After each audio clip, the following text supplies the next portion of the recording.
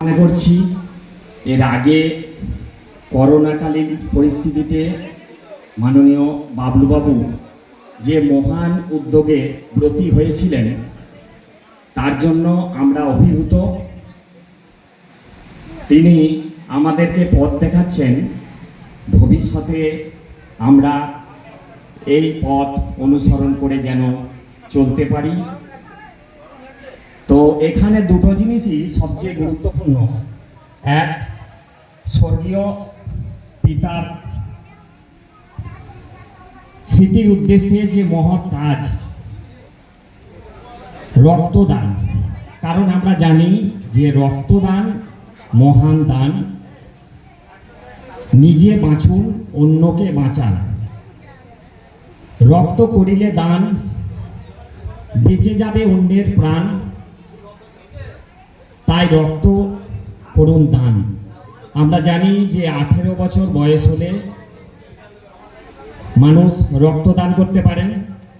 রক্তের রং লাল, প্রত্যেক মানুষেরই রক্তের রং লাল। আমার রক্ত কার দেহে যাবে বা কার রক্ত আমার দেহে আসবে আমরা সেটা জানি না।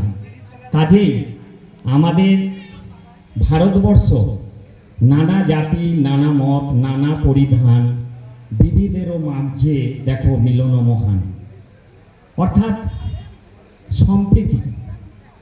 এই সম্প্রীতিতে মানুষের জন্য রক্তদান করছেন এবং সেই মহতী উদ্যোগে বাবলু নেমো মহাশয় তার স্বর্গীয় পিতার স্মৃতির উদ্দেশ্যে যে মহান কাজ করছেন তার জন্যে আমি তাকে শুধু ধন্যবাদ জানিয়ে ছোট করতে চাই না।